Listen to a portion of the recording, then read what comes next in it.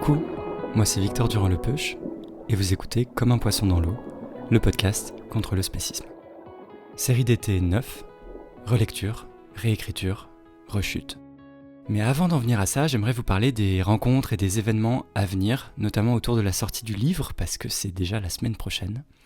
Déjà, samedi 27, je vous retrouve à la Vegan Place, en présence de Florence Delry, de Orlando H. Benta, de Lila M et de Yohan O'Haro notamment. Mais il y aura aussi plein de monde super, de stands, d'associations, d'acteurs, actrices du monde vegan. Bref, ça va être trop génial, j'ai super hâte. Et j'y donnerai à 14h une conférence « Manger les animaux, c'est naturel », qui est l'adaptation en fait de 4 chapitres sur la critique de l'idée de nature dans l'antispécisme de mon livre. Et donc j'essaie d'en faire une conférence le plus accessible possible et qui soit intéressante en 45 minutes. Ensuite, mardi prochain, le 30 septembre au soir, je serai à Sciences Po pour le lancement du dernier ouvrage de Réjeanne Sénac, qui est chercheuse à Sciences Po justement, et son ouvrage c'est une enquête et une immersion en fait dans le monde animaliste, dans le mouvement. Elle a interrogé une 50aine de personnes, d'activistes et aussi de responsables d'associations. Elle a observé des terrains, des actions dans la rue, des blocages d'abattoirs. Enfin voilà, elle a vraiment fait le tour de plein de façons de se battre pour les autres animaux et elle fait une grande soirée avec notamment toutes les personnes interrogées et les personnes qui sont intéressées de venir écouter tout ça. Donc voilà, je serais très heureux d'être à Sciences Po mardi 30 au soir. Et ensuite, il y a le gros événement, en tout cas dans mon agenda, c'est vraiment ce qui me prend le plus de temps en termes de préparation et d'organisation. Voilà, on co-organise ça avec ma maison d'édition, avec Gaël Bidan notamment des éditions de l'Atelier, une grande soirée antispéciste à l'Académie du Climat qui a accepté avec enthousiasme de collaborer avec nous pour cet événement. Et on reçoit des gigastars, enfin vraiment il va y avoir un programme incroyable. Notamment, il y aura Pauline Chanu à France Culture qui sort la semaine d'après le premier documentaire sonore sur l'antispécisme. Ça va être incroyable. Vraiment, venez parce qu'en plus, on diffusera des extraits du documentaire en avant-première. Il y aura Brigitte Gauthier, cofondatrice de L214, enfin, je ne vais pas vous la présenter, mais elle nous fait l'honneur de sa présence pour venir tirer le bilan un peu de où est-ce qu'on en est dans la cause animale, vers où on va, quelles sont les victoires récentes, parce qu'il y a eu des victoires débloquées par L214 notamment sur LDC, si vous en avez entendu parler. Il y a d'autres entreprises qui se sont enfin engagées sur l'European Chicken Commitment, ouf, c'est dur à dire. Bref, il y a plein de choses à tirer, plein d'enseignements, je pense, et puis un peu d'espoir pour la lutte. Et je pense que Brigitte sera là pour nous l'apporter et pour nous donner la direction. Il y aura Sama Karaki, qui est une chercheuse qui n'est pas connue pour l'antispécisme, mais qui en fait en parle un tout petit peu, en tout cas commence à en parler, et a écrit un super ouvrage, L'empathie est politique, vraiment très intéressant, que je vous encourage à lire, mais vous pouvez aussi venir écouter les idées de l'ouvrage qui sont en lien avec la question animale, avec l'animalisation des humains et des animaux, je précise, elle parle des deux, et du spécisme.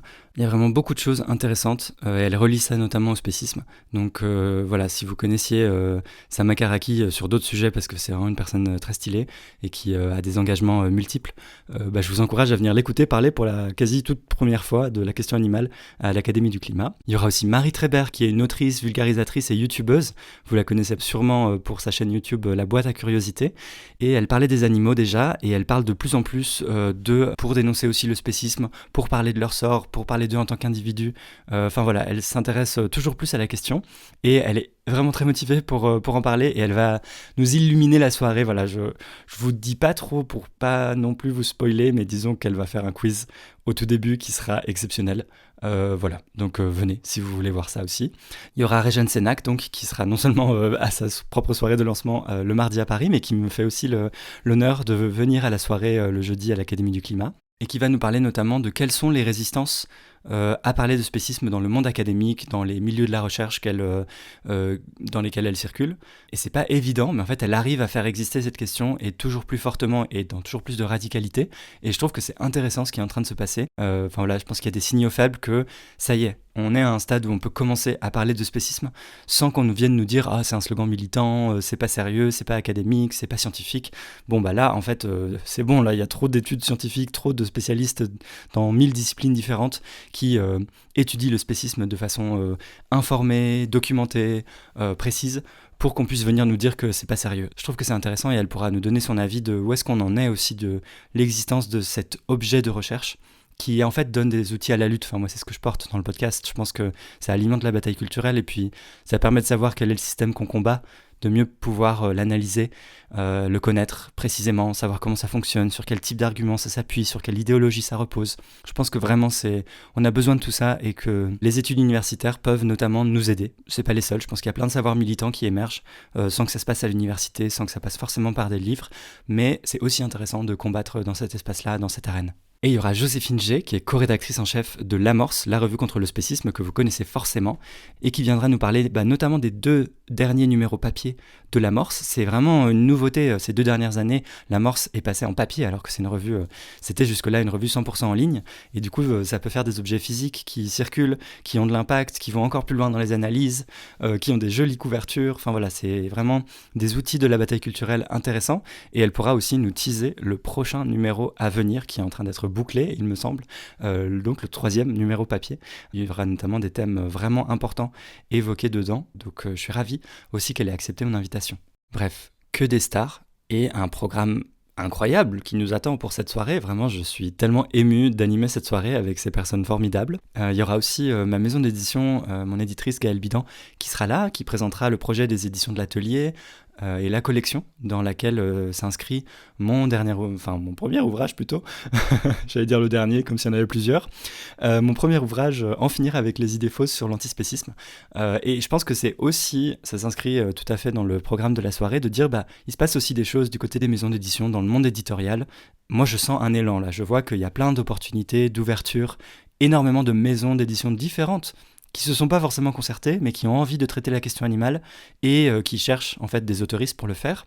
Donc si vous avez des envies d'écriture, je pense que c'est vraiment le moment de porter les idées antispécistes sous plein de formats différents et en faisant des focus sur telle ou telle question, ou en portant des récits personnels, des récits militants, des récits de lutte, des biographies de personnes animales. Enfin, il y a vraiment beaucoup de choses à faire et je crois que c'est le moment. Et un des signes, je pense que c'est que les éditions de l'Atelier sont venues me chercher pour écrire un livre sur l'antispécisme, alors qu'elles n'avaient pas vraiment traité la question, et en tout cas pas à ce niveau-là de radicalité politique auparavant. Il m'a complètement accompagné, suivi, à jamais cherché à me diluer sur le sujet, accepter qu'on mette oppression, spécisme, ça tue des milliards d'individus sur la couverture, enfin sur la 4e de couverture. Je pense que c'est vraiment des signes importants que ça y est, la question est prise au sérieux et qu'on peut la faire exister. Ensuite, dans les médias, mais déjà dans les livres, et que voilà, il y a d'autres étapes après à faire pour que ça devienne plus massif et que ça fasse encore plus exister la question dans le débat public. Mais en tout cas, il se passe des choses et on va aussi en tirer les conséquences pendant cette soirée. En tout cas, les conclusions, essayant d'aller dans la meilleure direction possible pour alimenter cet élan. Voilà, je vous l'attise beaucoup cette soirée, mais c'est vraiment important qu'on remplisse l'Académie du climat. Du coup, venez, appelez vos proches, faites venir vos familles, tous vos amis, harcelez les gens pour les forcer à s'inscrire. Non, mais je pense vraiment que c'est important aussi d'envoyer des signes positifs, de voir que à l'Académie du climat, qui est une institution prestigieuse à Paris, qui a un impact, qui pense les questions écologistes, en lien avec les autres luttes sociales, mais jamais avec la question du spécisme jusque-là, à ma connaissance, en tout cas très peu. Là, c'est l'occasion de voir que l'Académie du climat s'ouvre à la question et que ça fait venir plein de gens, et que ça intéresse, et que ça fait une soirée incroyable. Je pense que c'est vraiment ce genre de moment qu'on peut créer pour envoyer le signal que là, c'est bon, il y a vraiment une question à faire exister dans le débat public et dans toutes les institutions qui veulent porter les idées et les luttes pour l'émancipation globale. Donc venez, s'il vous plaît. Voilà, bisous. Et puis, il y aura un peu moins de place parce qu'on n'a pas la salle des fêtes de l'Académie du climat pour ça, mais on fait aussi une soirée officielle de lancement de mon livre à la librairie Le Delta dans le 6e le lendemain, donc c'est-à-dire le vendredi 3.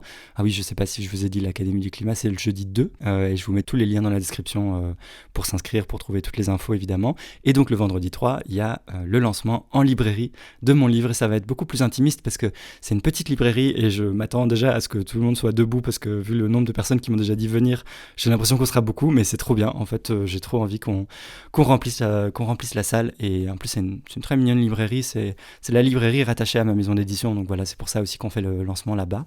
Et il y a encore plus d'événements à venir, mais je peux pas tout vous dire non plus. Ce que je vous conseillerais de faire, c'est vraiment de suivre les réseaux sociaux du podcast, parce qu'il y a plein de choses à venir aussi dont je peux pas encore vous parler, mais il y a vraiment beaucoup de choses qui s'organisent pour les mois à venir.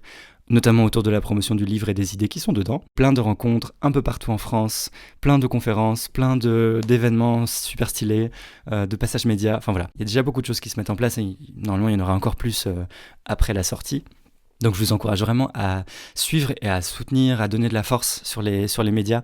Vraiment, ça peut faire toute la différence. Quand vous ajoutez 10 commentaires sur un post, l'algorithme il s'emballe et c'est trop bien. Et du coup, ça le montre à des centaines de personnes en plus des fois. Rien qu'avec 10 personnes qui ont pris le temps de mettre un commentaire. Donc ça peut vraiment faire une différence énorme dans la visibilité des posts et donc dans la visibilité des idées. Et ça peut faire que des journalistes voient beaucoup plus passer ça, m'invitent. Enfin voilà, ça fait rapidement un effet boule de neige s'il y a un élan et un soutien vraiment militant derrière. Donc, s'il vous plaît, aidez-moi à porter les idées qui sont contenues dans ce bouquin que j'ai passé 9 mois à essayer de raffiner, d'écrire et de faire bien pour faire exister la question du spécisme dans les médias. Merci et bisous encore. Et puis, je pense que je vous ai tout dit et on peut passer à l'épisode.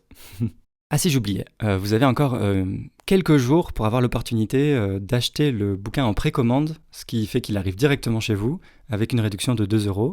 Et si vous ne pouvez pas attendre qu'il sorte le 3 en librairie, parce que oui, ça fait long depuis le temps que je vous en parle, n'hésitez pas à précommander encore, le lien est toujours valable, et je vous le mets aussi en description. Voilà, et vraiment, là maintenant on passe à l'épisode.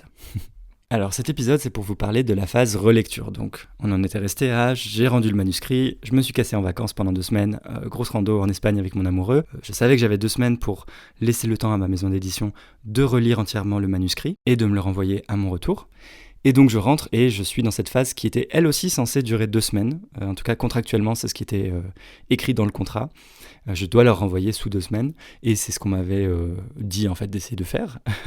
Même si ça me paraissait complètement impossible de reprendre un livre entier, retravailler chaque chapitre en fait et peaufiner le style, reprendre tout ce qui va pas, changer les idées, ressourcer tel truc, modifier les notes de bas de page. Enfin voilà, ça fait vraiment un très gros boulot en 2 semaines. Pas possible. Mais déjà, avant d'en arriver à la phase officielle des relectures, je pense que c'est important que je précise cette chose. J'ai été relu tout au long du processus, vraiment depuis le tout début, c'est-à-dire depuis le sommaire. Avant même qu'on ait un contrat, avant même qu'on se dise avec la maison d'édition, c'est bon, on y va. Et j'ai fait en fait relire systématiquement tous les chapitres par des proches avant de les envoyer à mon éditrice, systématiquement. Et elle aussi a fait des relectures au fur et à mesure, m'a fait des retours pour corriger le tir plusieurs fois. Et donc tout au long de cette aventure, j'ai jamais vraiment été seul. J'ai été conseillé, accompagné et critiqué continuellement. Et le travail de relecture n'était pas concentré à la toute fin. Donc c'est pas vraiment une phase, enfin voilà, je vous en parle comme la phase, mais en fait c'est un travail qui s'est fait au long cours. Le texte avait déjà été revu et retravaillé au fur et à mesure. Et d'ailleurs, ça a fait dire à un moment à mon éditrice, à Gaëlle, qu'elle était plutôt heureuse, ça lui avançait un peu son travail, et des fois elle disait « Ah bah, rien à redire, ça a déjà été repris, on sent qu'il y a du travail d'édition qui est passé par là. » Mais en fait, c'était pas magique, c'était pas moi qui avais écrit parfaitement dès le début, c'est parce qu'il avait déjà été passé au crible, relu par des gens exigeants, qui voulaient que ce soit clair, juste, efficace, bien écrit, convaincant, et aussi que le cœur des idées antispécistes ne s'en trouve pas dilué. Et un ami qui m'a suivi tout au long de l'écriture et qui me faisait des retours très détaillés et très cash, je lui avais dit tu peux être en mode honnêteté radicale. Et je pense que c'est aussi ce que permettent des relectures par des amis, de la part de personnes qu'on connaît vraiment bien et avec qui on a une relation de confiance, et donc qui peuvent nous dire sans qu'on le prenne mal là ça va pas du tout, c'est pas clair, là tu parles des animaux d'une façon qui les met à distance des humains, là ça fait trop grandiloquent ta conclusion, ici tu te répètes, tu l'as déjà dit plus tôt, tu pourrais exprimer cette idée beaucoup plus efficacement. Arrête de dire donc au début de chaque paragraphe, etc. Vraiment, c'est toutes des choses qu'on m'a dit au fur et à mesure dans les commentaires, dans les marges de mes chapitres. Et j'ai pas les mots pour dire à quel point ces relectures ont été précieuses et ont fait du livre ce qu'il est devenu. Moi, je repense à la façon dont Geoffroy de Laganerie, je sais pas si vous connaissez ce penseur, philosophe, qui parle du fait qu'avec ses 2 amis les plus proches, Didier Ribon et Édouard Louis, ils se relisent constamment les uns les autres. Les 3 sont auteurs, écrivains ou chercheurs, et que c'est un élément important de leur relation d'amitié, et que ça leur permet de se faire des retours vraiment informés, qui sont d'un ordre différent de ceux qui peuvent avoir des maisons d'édition, ou de leurs éditeurs, éditrices. Et je pense que c'est parce que nos proches savent mieux ce qu'on cherche à accomplir dans l'écriture, dans ce qu'on est en train de porter, et peuvent nous renforcer aussi quand c'est des idées difficiles à tenir publiquement. Et typiquement, défendre l'antispécisme, on a toujours tendance à vouloir dire moins par rapport à ce qu'est la réalité et à ce qu'on doit porter pour pour défendre la justice, ça demande en fait d'aller très loin par rapport au monde actuel. Et donc, on a besoin d'être renforcé tout au long du processus, je pense, pour dire, là, lâche rien, en fait, sur la radicalité politique, lâche rien pour les idées, pour l'analyse. Et quelquefois, je retrouvais du coup en marge de mes chapitres, là tu te retiens, pourquoi t'oses pas aller jusqu'au bout de ton raisonnement, là c'est spéciste si tu le dis comme ça, même en défendant des idées antispécistes, on arrive en fait dans les formulations, dans la façon dont on amène l'idée, on a très vite fait en fait de rebasculer dans quelque chose qui traite les animaux comme c'est pas la même question, ou c'est quand même inférieur, ou enfin voilà, c'était un peu subtil à chaque fois, mais ça permettait vraiment de corriger le tir. Je saurais même pas vous redire quelles étaient, mais c'est arrivé très souvent qu'on me dise là c'est pas la bonne formulation. À chaque fois j'étais d'accord et je trouvais oui c'est vrai, j'ai pas fait gaffe. Et c'était aussi à chaque fois l'occasion de réfléchir, d'en rediscuter avec les personnes qui me relisaient, de pousser toujours plus loin ma compréhension, ma propre compréhension des sujets, de clarifier ce que je tiens vraiment à défendre dans ce livre, ce qui me semble le plus juste, le cœur des idées que je veux porter. Et donc, et là j'ai le droit de dire donc, parce que c'est le podcast, on va pas venir me faire chier, avant même d'arriver à la phase officielle de relecture, en fait le travail d'édition avait souvent déjà eu lieu beaucoup en amont, dans les marges du document de travail, dans les réunions pour faire le point sur tel chapitre, ou brainstormer sur le suivant, dans les vocaux échangés par rapport à tel débat complexe avec tel relecteuriste. Enfin, vraiment, il y a eu beaucoup d'allers-retours comme ça et c'était extrêmement enrichissant et à chaque fois ça a amélioré le texte.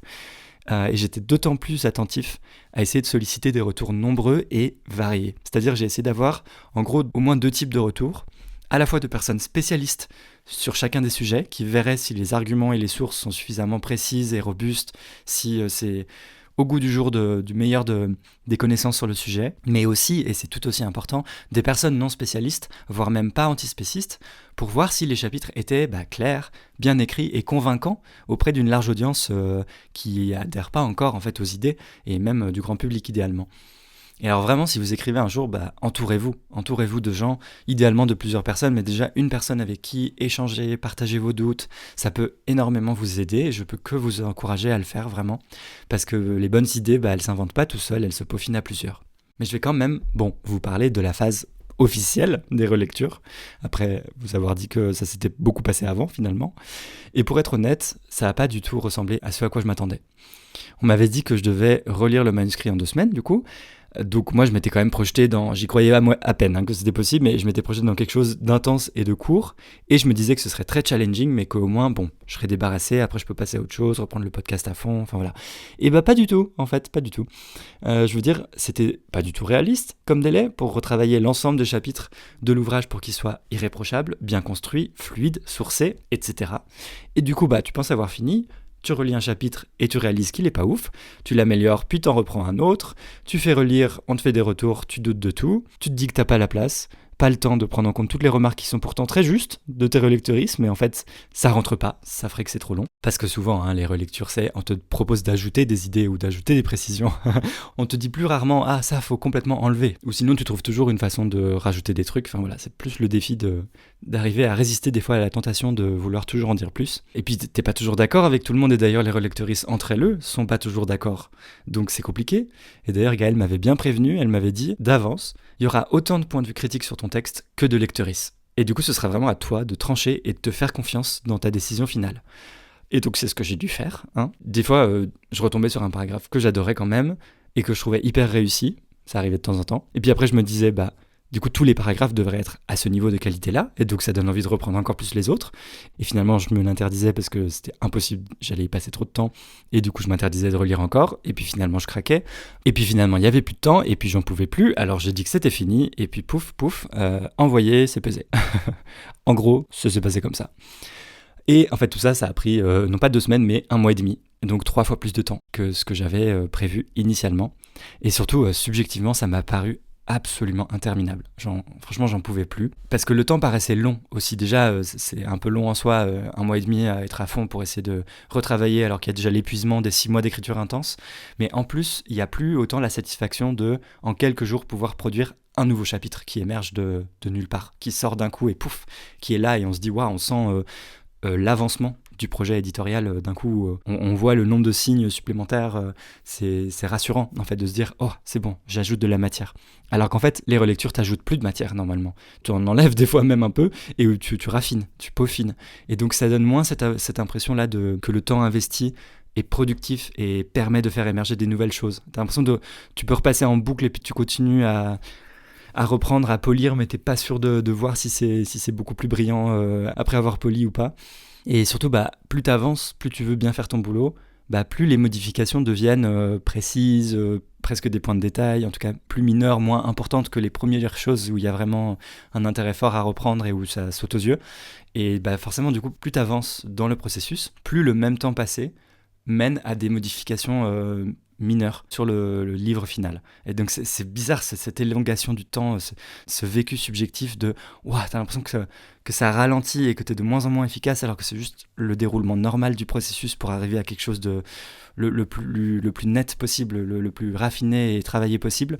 Mais subjectivement, c'est assez dur à vivre, j'ai trouvé, parce que ça donne vraiment l'impression d'être dans la panade, quoi, de plus avancer du tout, de pas arriver à en voir le bout, d'avoir l'impression que ça s'arrêtera jamais, et puis avec quand même le stress encore que ce soit jamais assez bien, jamais assez juste, qu'il y avait toujours quelque chose à améliorer. Dès que je refaisais un passage de relecture, j'étais là, j'ai pas vu ça avant, pourquoi il y a encore des choses, pourquoi je trouve pas ça assez bien. Enfin voilà, c'est vraiment, les relectures, c'est une phase particulière. Je repense encore à cette phrase-là que m'avait dite mon ami Alexia Soyeux, qui m'avait dit: c'est vraiment le moment où tu vomis ton livre, t'en peux plus toi-même, tu l'as redigéré 1000 fois, t'as juste envie de le régurgiter, d'en être débarrassé. Moi, désolé, c'est dégueulasse, mais en fait c'est un peu le sentiment que ça crée.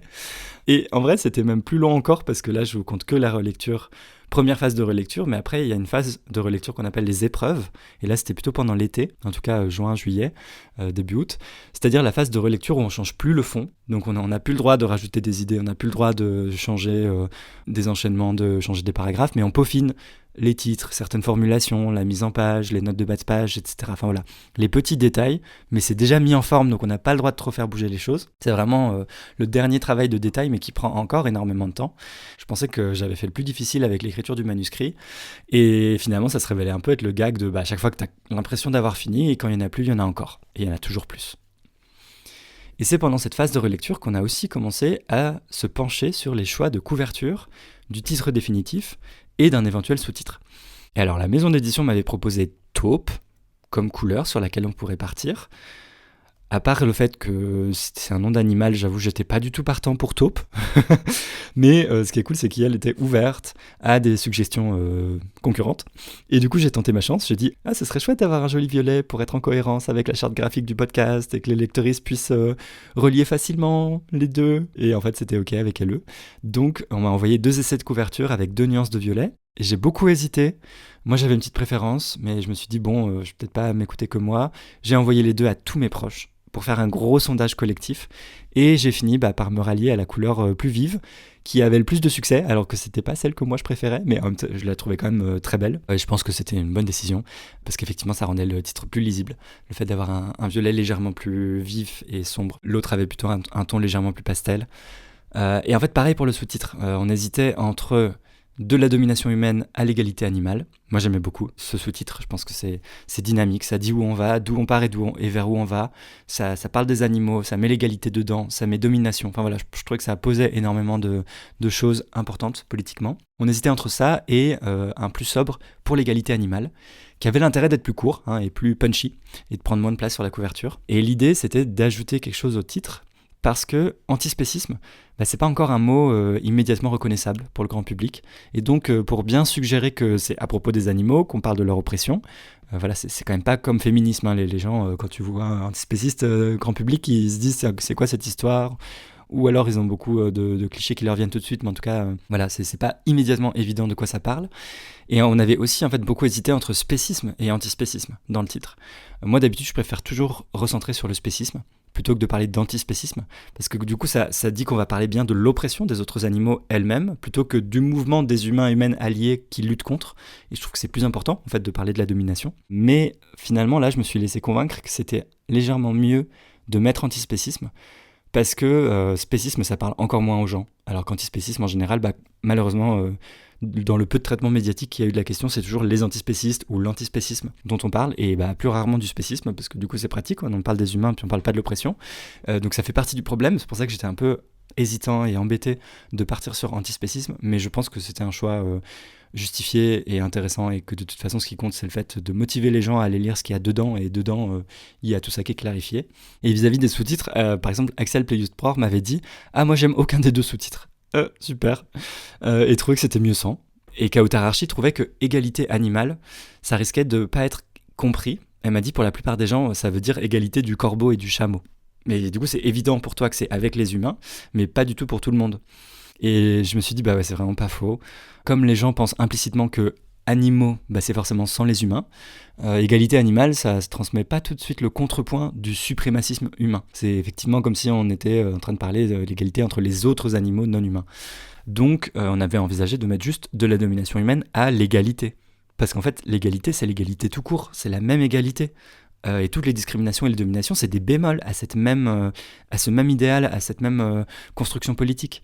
Et du coup, dire égalité animale, ça risque finalement une fois de plus de donner l'impression que c'est un peu une égalité au rabais quand on parle d'antispécisme, que c'est peut-être pas la même chose que si on parle des animaux, qu'il faut donc préciser, il faut la qualifier cette égalité pour pas risquer de confondre avec les autres vraies égalités qui elles sont en fait intrahumaines. Il y a ce risque de mésinterprétation, je pense qu'il est réel et qu'il faut le prendre en compte. En même temps, l'autre problème, c'est aussi que si on parle d'égalité tout court, en fait, les gens se disent que ça ne concerne pas les autres animaux et que c'est que entre les humains, parce que le présupposé, c'est que l'égalité, ça peut s'appliquer qu'entre les humains et humaines. Donc, compliqué. Et en fait, tout ce que je défends dans l'ouvrage, c'est justement que cette égalité-là, l'égalité antispéciste, on pourrait dire, c'est que le prolongement logique et cohérent de l'idéal d'égalité promu déjà entre les humains et humaines. C'est la même en fait, on n'a juste pas voulu reconnaître qu'elle devrait s'appliquer tout autant au-delà de notre espèce, mais c'est la même. Mais bon, en fait, si je mettais juste égalité, ça sonnait plus très bien. On perdait la belle symétrie de la domination humaine à l'égalité animale, si on enlevait animal.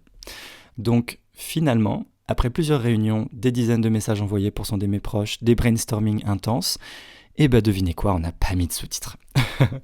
Et ouais, des fois ça se passe comme ça dans l'édition, beaucoup d'hésitation, et puis un choix final qui efface un peu tout le travail préalable.